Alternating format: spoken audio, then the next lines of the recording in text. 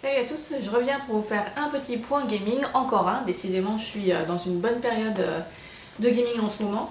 Mais en fait, pour être honnête, je pensais pas faire cette vidéo aussi rapidement, mais j'ai terminé un jeu beaucoup plus tôt que ce que je pensais, pour une raison que je vous expliquerai après. Et donc voilà, je reviens déjà en vidéo sur ce thème, donc pour vous parler du jeu Banishers Ghost of New Eden. Voilà. Donc c'est un jeu qui est sorti très récemment, il y a ouais, peut-être 1 ou 2 mois ou 2-3 mois, je ne me rappelle plus. Et donc voilà, une encore relative nouveauté par les studios Dontnod et Focus. Et en fait je l'ai acheté plus ou moins par curiosité, voilà, j'en avais un petit peu entendu parler au moment de sa sortie, j'avais vu passer un peu du gameplay. Je m'étais dit ça a l'air assez sympathique, j'avais regardé un peu sur le site Sens Critique quelle note il avait et sa moyenne était plutôt correcte. Donc je me suis dit pourquoi pas tenter. En fait je savais pas trop à quoi jouer après avoir fini The Last of Us, puisque ça avait été un tel coup de cœur que je me suis retrouvée un peu démunie après The Last of Us. Je ne savais pas vers quoi m'orienter pour pas risquer d'avoir un trop gros décalage, enfin bon bref. Donc voilà, je me suis dit je vais tenter un jeu qui vient juste de sortir et qui a l'air d'être plutôt bien reçu, avec une ambiance un peu fantastique, un peu sombre. Voilà.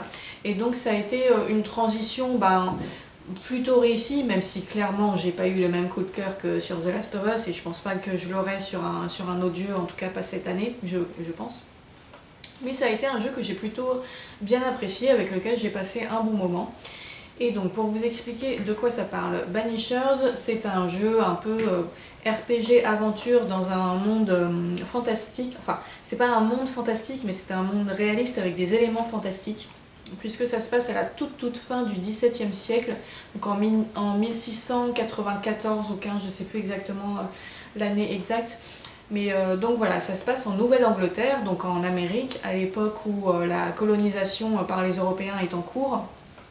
Et on va suivre un couple constitué de Red et Antea, qui sont en fait des bannisseurs, c'est-à-dire en quelque sorte des chasseurs de fantômes, dont le rôle est de bannir donc les fantômes qui errent dans le monde des vivants et qui peuvent causer des dégâts ou des souffrances aux personnes vivantes.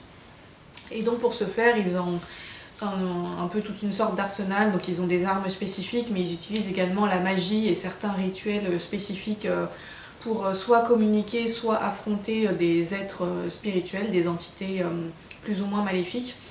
Et donc Red et Antea, à la base, eux, ils sont européens, mais ils sont appelés en Nouvelle-Angleterre par une de leurs connaissances, en fait, qui s'est installée là-bas avec une colonie et qui leur écrit une lettre en fait pour leur dire que leur colonie est victime d'une malédiction probablement due à un fantôme et qui les appelle à l'aide en fait. Donc Red et Antea vont en Amérique pour aller étudier un petit peu ce cas, et c'est là que le jeu commence, au moment où ils débarquent sur la côte de Nouvelle-Angleterre et qu'ils arrivent dans le petit village de New Eden, qui donc est un village encore relativement jeune, avec assez peu d'habitants, mais qui est particulièrement déserté, puisque une sorte de malédiction s'est abattue dessus, donc avec un hiver interminable, des épidémies, des morts en série, etc., qui semble être lié à la présence d'un fantôme particulièrement maléfique que l'on appelle un cauchemar. Et donc Red et Antea arrivent dans ce village, on leur demande de se débarrasser du fantôme, et ils essayent de le faire, sauf que, à peine arrivés, en se retrouvant face à ce fantôme, le combat se déroule très mal, puisque Antea est tuée au cours de l'affrontement. Et Red se retrouve un peu perdu tout seul, enfin voilà, le combat est un désastre. Donc là je vous spoile pas, hein. Tout ça, ça se passe dans le prologue, c'est vraiment les toutes premières minutes du jeu. Et donc à la fin du prologue, donc Red se réveille voilà, après cet affrontement très violent, il est tout seul, sa fiancée slash collègue s'est fait tuer. Mais en fait après un moment de désespoir, il va se rendre compte que Antea est toujours présente dans leur monde, mais sous forme de fantôme. En fait elle est elle-même devenue un fantôme suite à sa mort. Et elle n'arrive pas à quitter le monde des vivants, parce qu'en fait le cauchemar détient son corps physique, et tant qu'il garde son corps physique sous son emprise, le fantôme d'Antea ne pourra pas trouver la paix. Et donc Red décide de l'accompagner pour essayer d'aller réaffronter ce fantôme et récupérer son corps pour lui permettre soit de quitter le monde en paix, si je puis dire, soit d'essayer de faire un rituel de résurrection. Puisque donc c'est un jeu à choix. Donc on peut choisir quel type de fin on veut. En fait, dès le début du jeu, c'est le premier gros choix qu'on fait, c'est qu'on fait une promesse à Antea. On doit lui promettre soit d'aider son âme à quitter le monde paisiblement, soit d'essayer de la ressusciter, mais en utilisant un rituel un petit peu maléfique, démoniaque, qui implique de faire des sacrifices humains. Donc voilà, ça c'est le démarrage du jeu, et en fait une fois qu'on a fait cette promesse, il faut qu'on prenne un certain nombre de décisions tout au long de l'histoire qui vont faire pencher la balance soit vers l'ascension d'Antea, donc l'ascension c'est quand le fantôme s'en va paisiblement, soit vers sa résurrection. Et donc ces choix vont s'effectuer via un certain nombre de sortes d'enquêtes en fait, puisque donc après leur défaite à New Eden, Red et Antea se retrouvent pendant un assez long moment hors du village en fait, qui est devenu complètement inaccessible parce que le fantôme a totalement étendu son emprise dessus. Et donc en fait Red et Antea vont être obligés de parcourir un peu la région de Nouvelle-Angleterre pendant un certain temps et de résoudre différentes enquêtes qu'on appelle des cas de hantise, puisque donc dans cet univers on est dans un monde réaliste comme je le disais, mais les fantômes et les entités, les revenants sont présents dans la vie de tous les jours, j'ai envie de dire, et leur présence est connue et acceptée, si je puis dire, par les habitants, en tout cas reconnue. Donc c'est pour ça que je disais que c'était un monde fantastique. Et en fait, il y a différents cas de hantise où un fantôme vient hanter une personne vivante pour X raisons. En général, c'est un proche de la personne et ça peut être une histoire de vengeance, une histoire de trahison, une histoire d'amour tragique, voilà. Et donc tout au long du jeu, en fait, on va parcourir la région de Nouvelle-Angleterre et enquêter et résoudre des cas de hantise un petit peu partout. Et à chaque fois qu'on arrive à résoudre un cas de hantise, on doit prendre une décision pour savoir est-ce qu'on bannit violemment le fantôme en dehors du monde des vivants, est-ce qu'on lui permet d'avoir une ascension paisible, ou est-ce qu'on décide de punir la personne vivante, la personne hantée, parce qu'on estime que c'est elle qui est en tort et qu'elle doit être punie, et donc pour la punir en fait on l'exécute, on la tue. Et chaque fois qu'on prend une de ces trois décisions, ça va influencer notre capacité soit à offrir une fin paisible à Antea, soit à lui offrir la résurrection à la fin de l'histoire. Donc voilà, c'est pour ça que nos choix ont un impact sur le dénouement qu'on va avoir. Je sais plus, mais je crois qu'il y a 3 ou 4 dénouements différents en fonction de la promesse qu'on fait au départ et de si on respecte ou pas la promesse et à quel degré on la respecte. Si on la respecte vraiment complètement ou si on fait un peu une espèce d'entre-deux. Voilà, on peut avoir des dénouements différents. Donc moi j'avais choisi de faire la promesse de l'ascension d'Antea et je m'y suis plutôt bien tenue, donc j'ai eu la fin correspondante qui est, je pense, considérée comme la bonne fin, entre guillemets, la fin la plus paisible. Mais apparemment on a des fins très différentes si on prend d'autres décisions. Donc voilà, moi c'est la première fois que je faisais comme ça un jeu à choix, si je puis dire, où il faut prendre un certain nombre de décisions qui peuvent avoir une influence relativement importante sur notre partie et sur l'intrigue. J'ai trouvé ça très intéressant, notamment car les cas de hantise qu'on rencontre sont dans l'ensemble assez bien faits, assez complexes, c'est pas toujours évident. Alors les enquêtes en elles-mêmes sont assez faciles à résoudre, en général ça se réduit à aller à un endroit, chercher des indices dans une maison ou dans un endroit alentour, puis interroger des gens qui sont présents, interroger la personne hantée pour savoir qui est le fantôme, pourquoi il est là, etc. Donc voilà, les enquêtes en elles-mêmes sont vraiment pas très compliquées.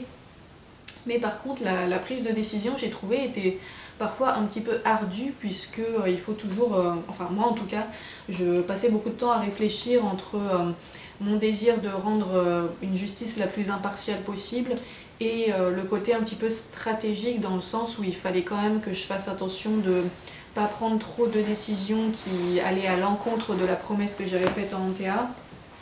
Et donc il y avait toujours ce côté entre la justice et la stratégie et les valeurs personnelles qui entraient en jeu au moment de prendre les décisions sur les différents cas de hantise.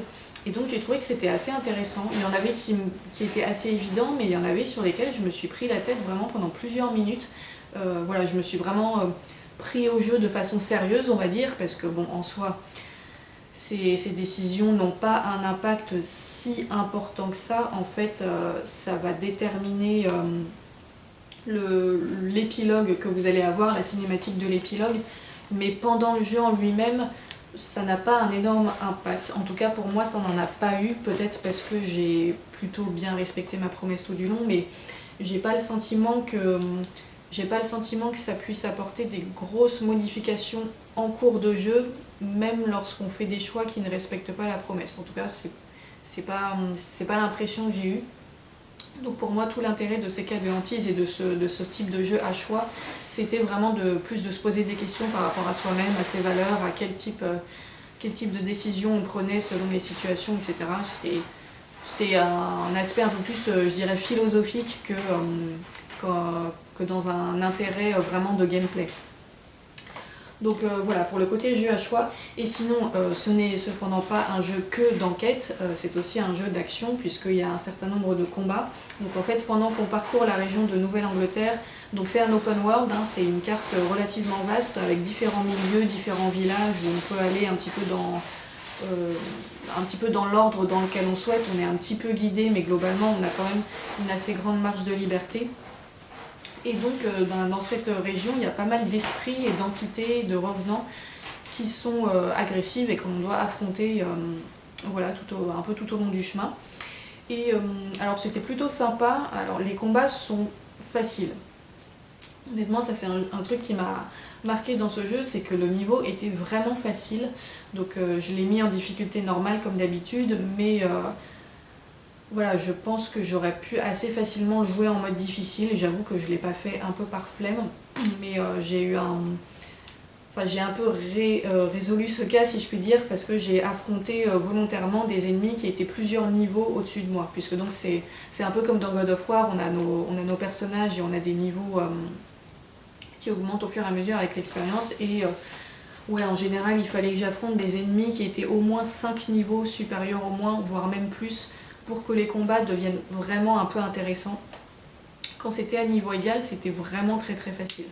Donc voilà, je comparais un peu avec God of War, mais le niveau de difficulté dans Banishers est vraiment beaucoup plus faible que dans God of War, c'est plus facile. Néanmoins, c'était quand même assez intéressant parce qu'il y a plusieurs sortes de spectres différents qu'on peut rencontrer, donc, et qui se débloquent au fur et à mesure du jeu. Donc on rencontre d'abord les plus faciles, et au fur et à mesure, on a différentes sortes de fantômes ou de morts-vivants ou d'autres créatures qui apparaissent, qui sont de plus en plus agressives, avec de plus en plus de capacités.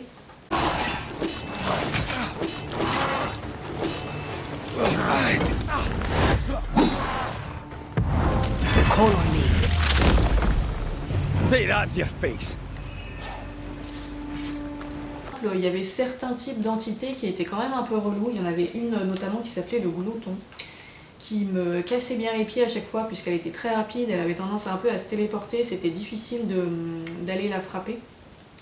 Donc voilà, combat assez simple, mais néanmoins que j'ai trouvé assez intéressant, avec une variété d'ennemis qui était correcte. Il y a aussi des mini-boss optionnels qui étaient plutôt pas mal, et on a plusieurs boss principaux au fil de l'intrigue. On a 3 boss principaux avant d'arriver au boss final.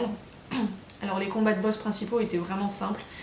Ils étaient sympas, les créatures, les entités qu'on affronte étaient plutôt intéressantes, mais voilà, les combats de boss auraient pu être plus compliqués, je pense, parce que là je les ai fait en mode un peu tranquillou, mais j'avais pas cette satisfaction comme sur des jeux plus difficiles, où quand j'arrivais à vaincre un boss, je me disais enfin ça y est, et j'avais ce grand soulagement d'avoir enfin réussi.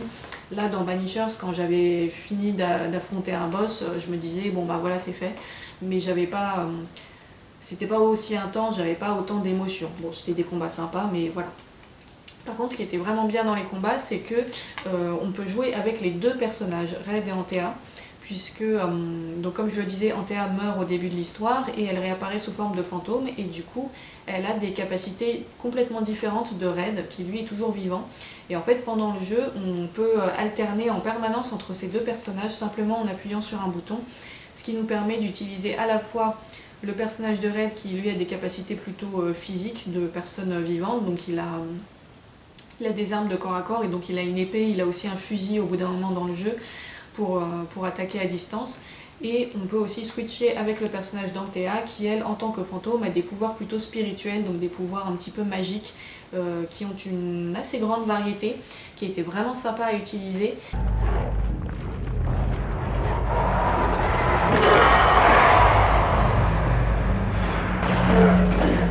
Et même pendant les phases d'exploration, c'était intéressant et même parfois essentiel à faire, puisque Antea, de par sa nature de fantôme, a une perception du monde complètement différente de Red, donc elle voit le monde dans des couleurs différentes et elle arrive à voir des choses qui sont invisibles aux yeux des vivants.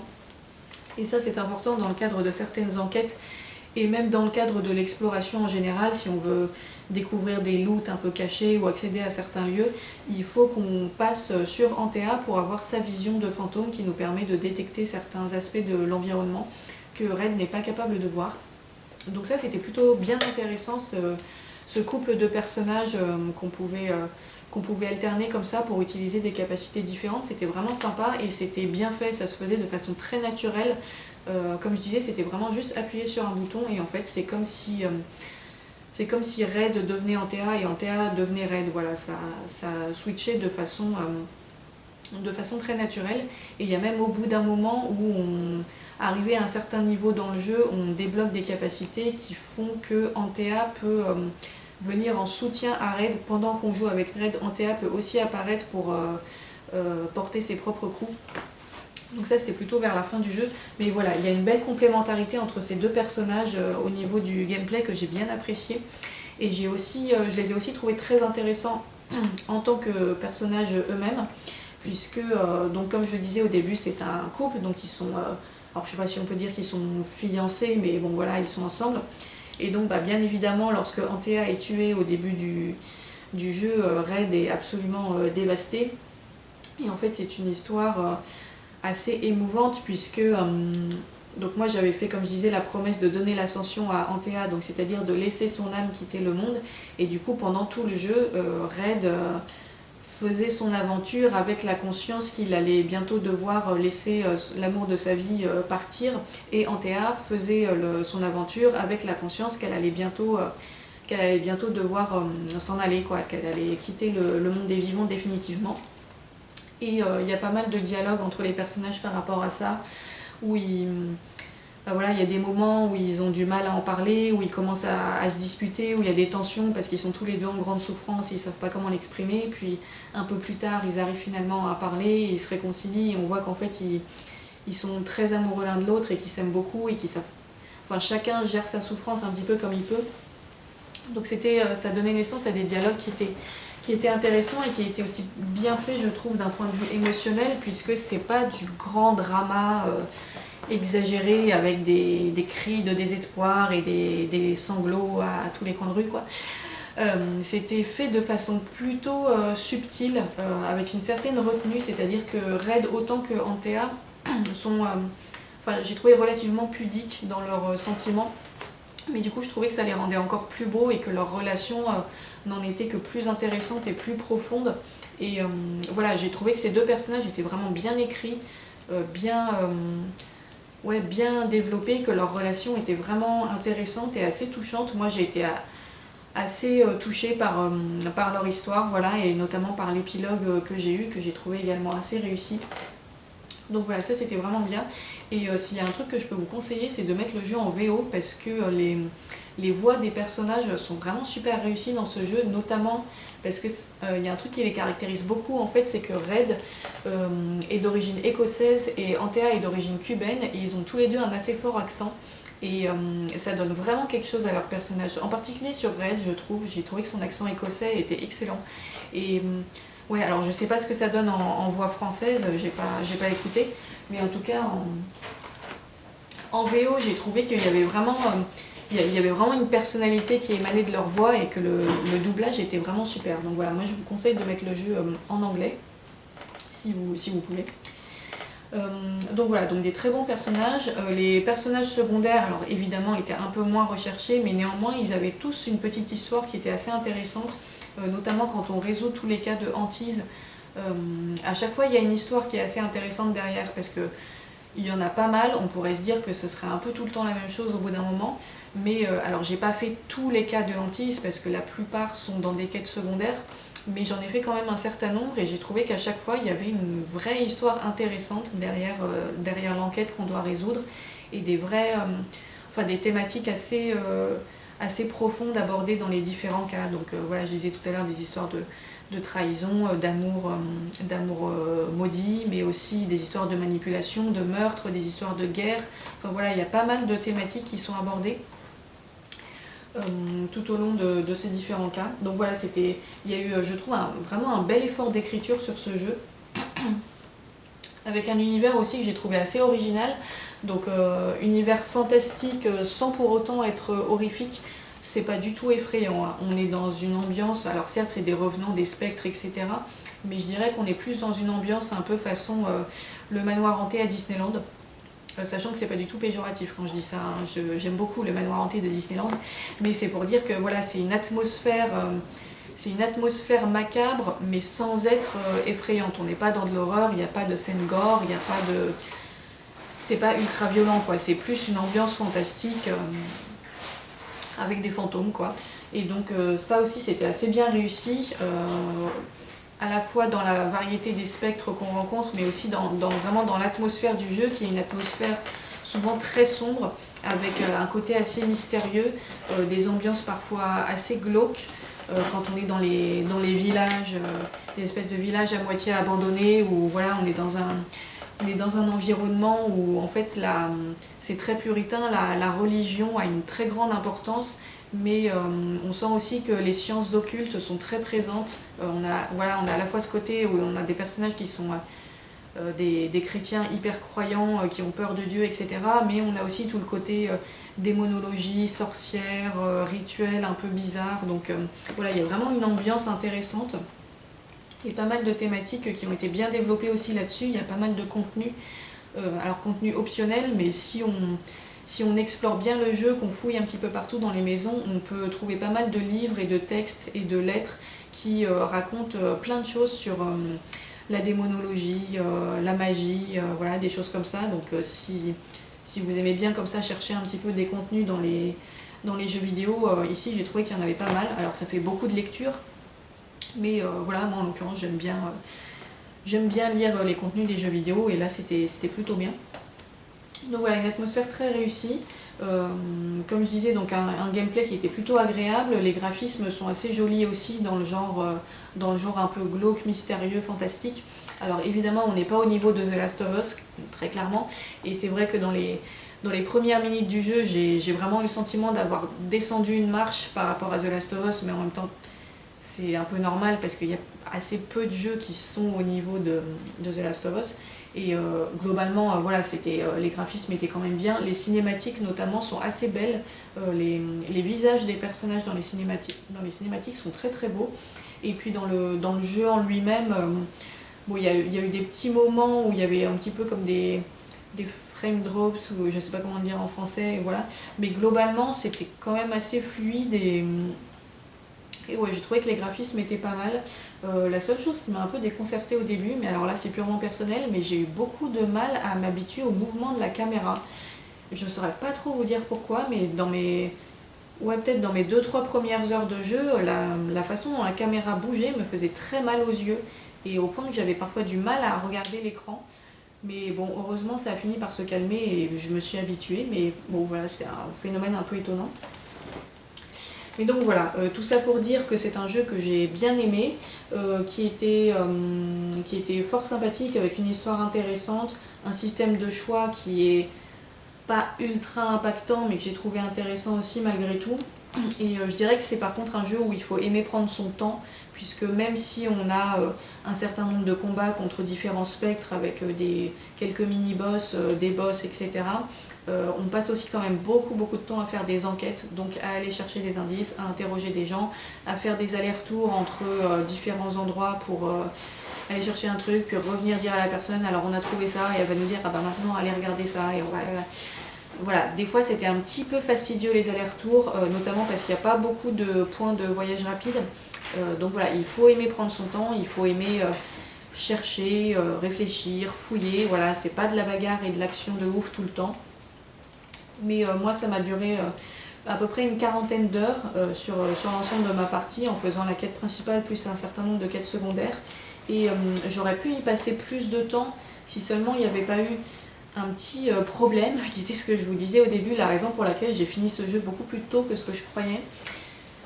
Alors c'est un peu bête, je me suis fait avoir par un truc que j'ai pas bien compris, mais en fait quand on arrive vers la fin de l'histoire principale, juste avant le boss final, on a un petit message d'avertissement qui nous dit attention, une fois que vous vous engagez dans le combat contre le boss final, vous ne pouvez pas revenir aux quêtes secondaires et au reste de la carte.